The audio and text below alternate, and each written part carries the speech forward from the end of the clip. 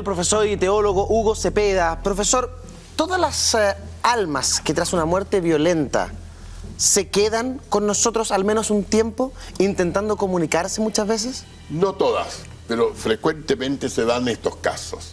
¿Y se manifiestan cómo? No es que se queden en un determinado lugar. En primer lugar, nosotros no sabemos exactamente el instante en que se produce la muerte.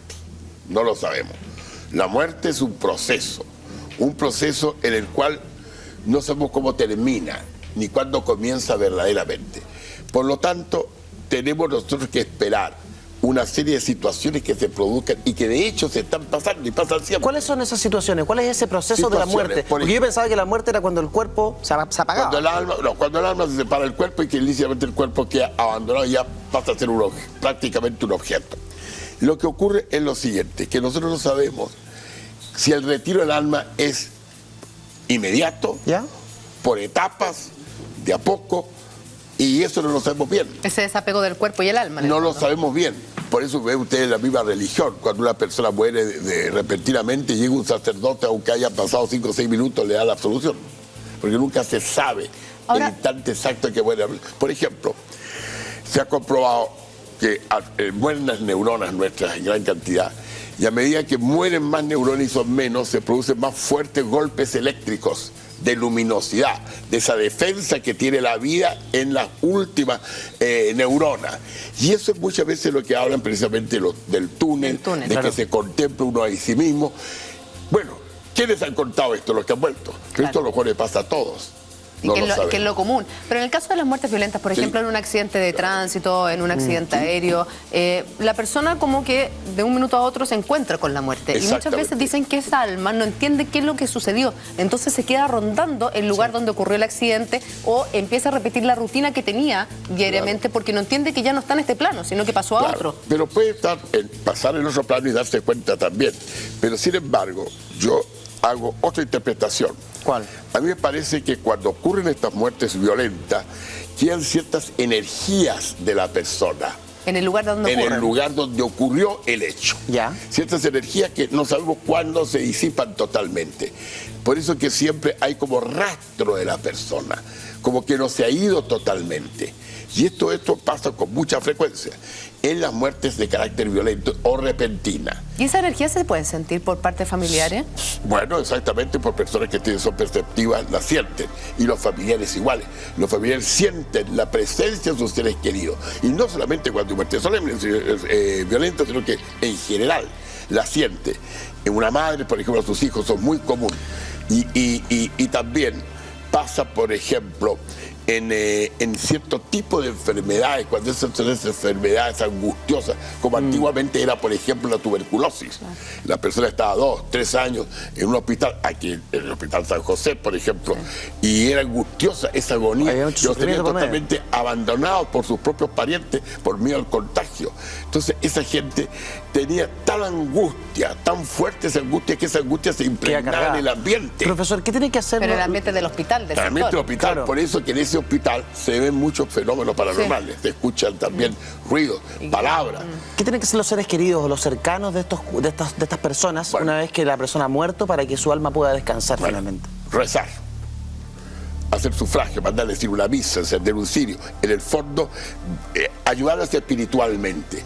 Porque muchas de estas personas también se manifiestan de verdad y se manifiestan porque necesitan la ayuda. ¿Se manifiestan cómo? ¿A través de un animal, por ejemplo? ¿O se manifiestan a través de una aparición? A través de una aparición, a través de un contacto hablado, a través de representaciones en sueño. Es muy común, entonces se representan. Y a veces no se ven, pero sin embargo se captan las energías, que es lo que siempre yo planteo respecto a los animales. Los animales son más perceptivos que nosotros puede que no veamos ni captemos nada. O sea, la mascota puede detectar que está sudando ahí. Exactamente. Y se va, por ejemplo, a un rincón, o agrede, o se asusta, es porque algo hay ahí.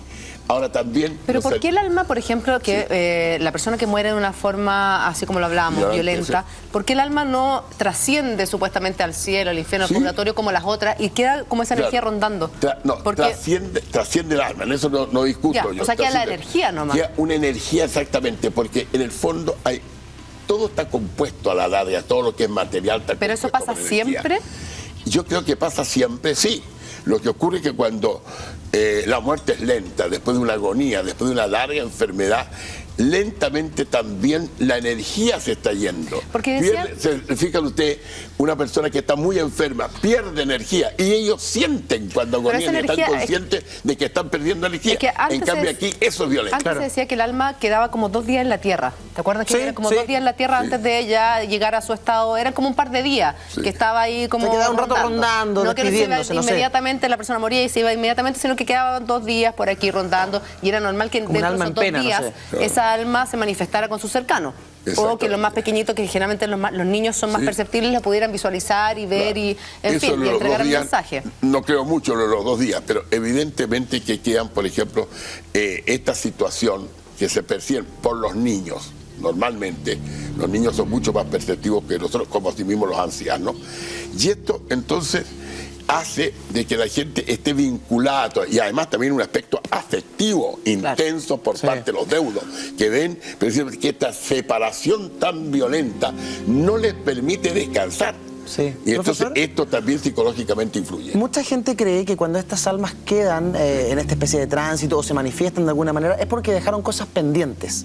¿Eso es tan real o no? Mire, según los estudios míos, quedan a veces cuando cosas pendientes hay una tendencia a la solución de aquellas cosas. Ya. Porque, por ejemplo, para mí uno de los problemas no es tanto de dinero como de posición, sino que son asuntos afectivos. Cuando uno muere, por ejemplo, peleado con un amigo, o con un secreto, roto una relación, muchas veces entonces trata de recomponerla, en el fondo como diciendo, bueno, esto para que no queden angustia, para que no queden rastros de este para irse en paz, que haya armonía y paz, exactamente. Tiene razón usted. ¿Y ahí es donde se manifiesta con esta persona? Y ahí se manifiestan, exactamente. Esa es una de las razones por las cuales se manifiestan. ¿Existen las almas en pena que nunca alcanzan un estado de paz y tranquilidad y que siempre están dando vueltas? No, eso no ocurre nunca, no. Lo que pasa es lo siguiente, que nosotros no sabemos quién se arriba al cielo, quién se arriba al infierno, pero no sabemos dónde están quienes están en estado de purificación, lo que llamamos nosotros purgatorio. Que algunos papas han dicho que no es un lugar físico, sino que es un estado del alma. El alma es inmaterial, espiritual, como puede ser un ángel, por ejemplo, pero tiene que estar en un lugar, solo Dios está en todas partes. Entonces, ¿qué pasa? Que no sabemos dónde están. Pueden estar en cualquier parte. Lo que a nosotros nos interesa en esta conversación es cómo se manifiestan. Y a veces se manifiestan pidiendo ayuda. Y yo le voy a decir una cosa, de esto que estoy hablando, la Biblia lo reconoce, el famoso caso del profeta Samuel. Cuando Saúl le pidió a la pitonisa de Endor que trajera al profeta Samuel que ya había muerto. Y lo trajo. Y ella actuó como medium y conversó con Saúl. Pero entonces cuando nosotros sentimos manifestaciones, por ejemplo, en nuestras casas, generalmente es un espíritu que nos está pidiendo ayuda.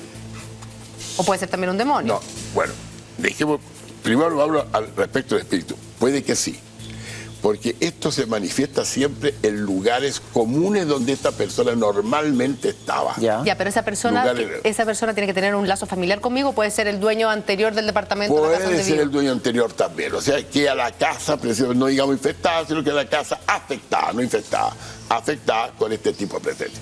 Estamos hablando nosotros de las almas de los seres humanos. Ahora, si nos pasamos al lado de los espíritus malignos, evidentemente que muchas veces toman como posesión de un determinado lugar y van a estar molestando siempre. Y es ahí donde realmente hay que proceder de otra manera, porque al diablo no se le puede rezar. Al contrario, él trata de impedir que nosotros recemos. Claro. Profe, ¿quiénes son las personas más susceptibles a percibir este tipo de manifestaciones? ¿Es verdad que son los niños? Los niños y otras personas mayores.